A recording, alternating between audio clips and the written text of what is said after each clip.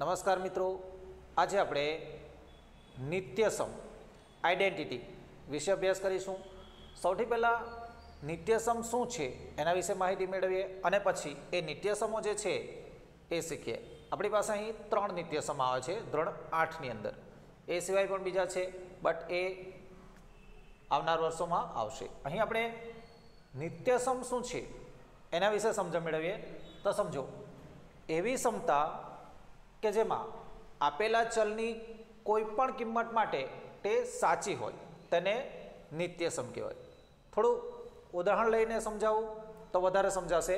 Like તમારી પાસે અહીં કોઈક એક્ઝામ્પલ હોય ઓર પદો આપેલા હોય, સમતા આપેલી હોય. લાઈક તમને a+1 a+2 આપેલા હોય અને ડાબી તરફ તમને આપેલા હોય a² + 3a + 2 આપેલા હોય. આ શું થઈ? એક સમતા છે.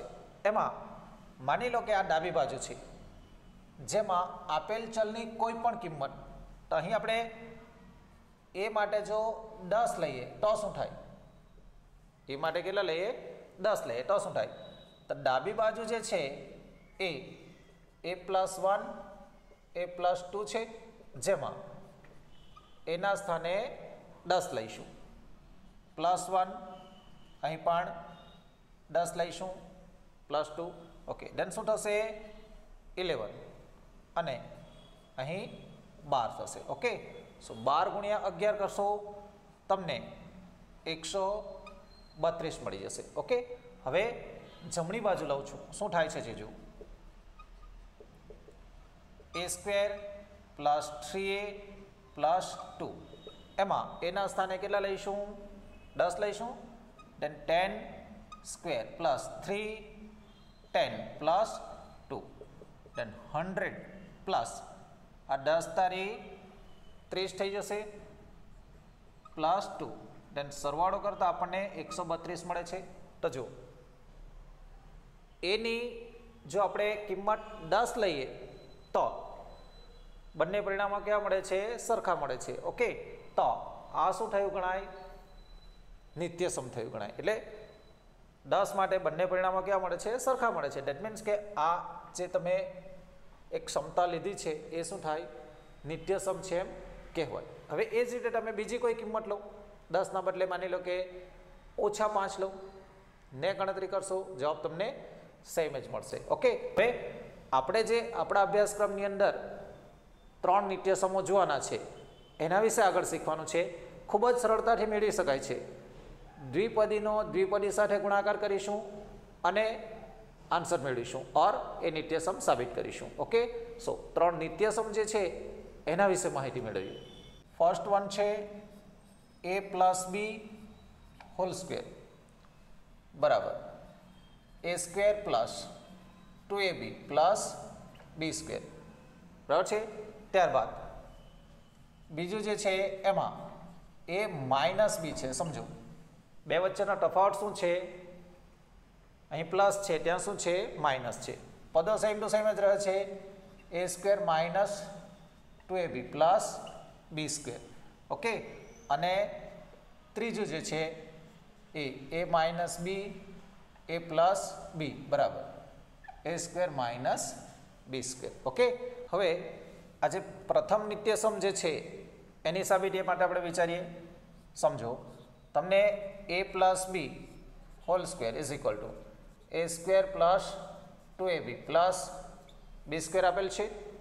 આપણે ડાબી બાજુ લઈએ છીએ a + b² છે. સમજો, તમે જાણો છો એ પ્રમાણે જો 2નો વર્ગ હોય તો આપણે એને 2 × 2 લખી શકીએ, ઓર 2 × 2 હોય એના બદલે આપણે 2નો વર્ગ લઈએ છીએ. ઓકે, અહીં પણ આવું જ છે કે a + b અને a + b 2 વખત છે, વર્ગ હોય 2 વખત લખી દીધા છે. હવે શું થયું? દ્વિપદીનો દ્વિપદી સાથે ગુણાકાર જ છે. સિમ્પલ છે, જે અગાઉ આપણે શીખી જ ગયા છે. ઓકે, તો સૌથી પહેલાં a લઈ લો અને એનો ગુણાકાર પાછળના કૌંસ a + b સાથે કરી દો. એ જ રીતે b લઈ લો, બીજું પદ, અને એનો ગુણાકાર a + b સાથે કરી દો. દેન શું થશે? a² + ab + AB પ્લસ બી સ્ક્વેર. અહીં બધા ચિહ્ન ધન છે, સો ધન જ આવશે. ઓકે, હવે સમજો અહીં જે આ બે પદો છે AB સજાતીય કહેવાય અને બંને કેવા છે પ્લસ પ્લસ છે, સો પ્લસ 2AB થશે પ્લસ બી સ્ક્વેર અને તમને જમણી બાજુ મળી જાય છે. સિમ્પલ જ છે. ઓકે, હવે આ જે નિત્યસમ છે એ સમતાની દ્રષ્ટિએ જે આપણે અગાઉ સમજણ મેળવી એ રીતે ચકાસીએ, દેન તમને સમજાઈ જશે. સમજો, માની લો કે અહીં હું A બરાબર 2 લઉં છું અને B બરાબર 3 લઉં છું, દેન શું થાય છે સમજો. આંકડાકીય રીતે સમજણ મેળવીએ. ડાબી બાજુ લઈએ છીએ A પ્લસ બી આખાનો વર્ગ, A પ્લસ બી આખાનો વર્ગ છે. એના સ્થાને 2 લઈ લો, બીના સ્થાને 3 લઈ લો, શું થશે 5 થશે અને એનો વર્ગ, સો 5નો વર્ગ હોય 25 થશે. હવે જમણી બાજુમાં A અને B ની કિંમત મૂકીએ છીએ. હવે જમણી બાજુ લઈએ છીએ. જમણી બાજુ આપણી પાસે શું છે A² plus 2AB plus B². એની કિંમત 2 લઈશું, 2, એની કિંમત 2 અને બીની કિંમત 3 લઈશું અને આ 3નો વર્ગ, તો 2નો વર્ગ 4 વત્તા ગુણાકાર કરશો 3 દુ 6 દુ 12 થશે વત્તા 3 તારી 9. ચાલો 12 9 કેટલા થશે 21, 4 25. ઓકે, સો અહીં તમને બંને પરિણામો જો સરખા મળે છે, દેન તમે ફાઇનલી કહી શકો A plus B whole square is equal to A² plus 2AB plus B². બંને પરિણામો સરખા છે, એટલે કે આ જે સમતા છે એ સાચી છે. ઓકે, સો ફાઇનલી અહીં તમારી પાસે એક નિત્યસમ A plus B whole square is equal to A² plus 2AB plus B² મળે છે. બરાબર છે. ઇન ફ્યુચર ખૂબ જ કામ લાગશે. ઓકે, હવે આ જે બીજું નિત્યસમ છે એની સાબિતી જોઈએ. કશો જ ફરક નથી, અહીં પ્લસ છે એના બદલે શું છે માઇનસ છે, સો અહીં પ્લસના બદલે માઇનસ લઈશું ને આગળ વધારીશું. ઓકે, જોઈએ છે નિત્યસમ બીજું જે છે એની સાબિતી. A minus B whole square is equal to A² minus 2AB plus B². Okay, સમજો અહીં પણ આપણે સાબિતી માટે ડાબી બાજુ લઈશું A minus B whole square છે. ઓકે, અહીં વર્ગ હોય આપણે 2 વખત લખી શકીએ, like A minus B into A minus B. હવે દ્વિપદી સાથે ગુણાકાર કરીશું A, અહીં A minus B. Okay, now minus B and A minus B, then A² minus AB minus BA, but આપણે એને AB લખીશું. BA લખો કે AB લખો, બોથ આર સેમ. અહીં માઇનસ માઇનસ સમજો માઇનસ માઇનસ, સો પ્લસ થશે B². ઓકે, સો અહીં આ જે બે પદો છે એ સજાતીય છે, માઇનસ માઇનસ છે એટલે કે સરખી સરવાળો કરીશું. A² માઇનસ 2AB થશે પ્લસ B², દેન તમને જમણી બાજુ મળી જાય છે. ઓકે, હવે આના માટે આપણે કિંમતો લઈ ડાબી બાજુ જમણી બાજુ સમાન બતાવીશું નહીં, આવશે જ. ઓકે, હવે ત્રીજું નિત્યસમ લઈએ છીએ. A minus B A plus B is equal to A² minus B². આ નિત્યસમની ઓળખ શું છે?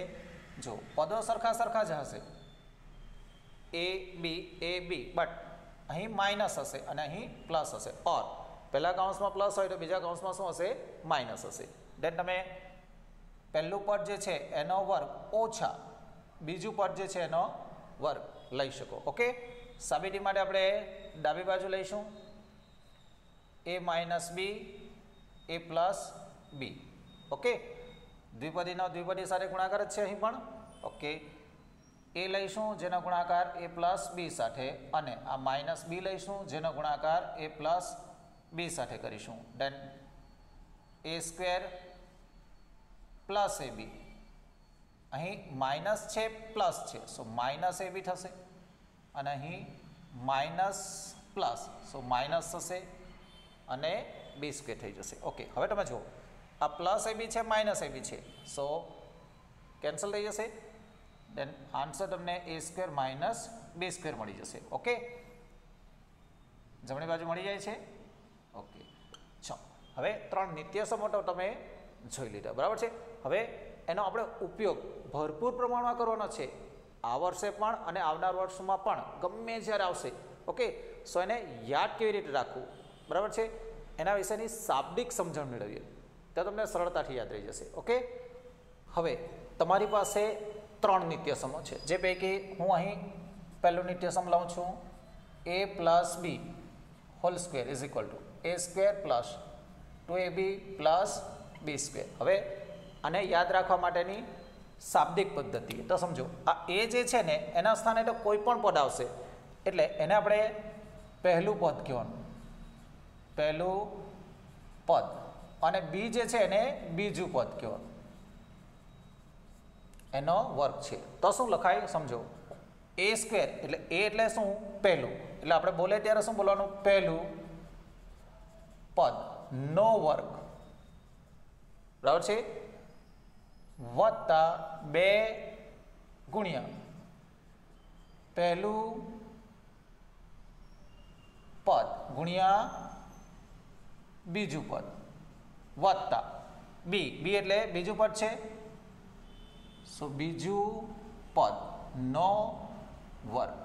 આમ લાગશે તમને લાંબુ, પણ દાખલાઓ ગણવામાં ખૂબ સરળતા રહેશે. ઓકે, ફરી પાછા એકવાર, પહેલું પદ વત્તા બીજું પદ આખાનો વર્ગ હોય તો શું કહેવાનું, પહેલુંનો વર્ગ 2 ગુણ્યા પહેલું બીજું વત્તા બીજુંનો વર્ગ.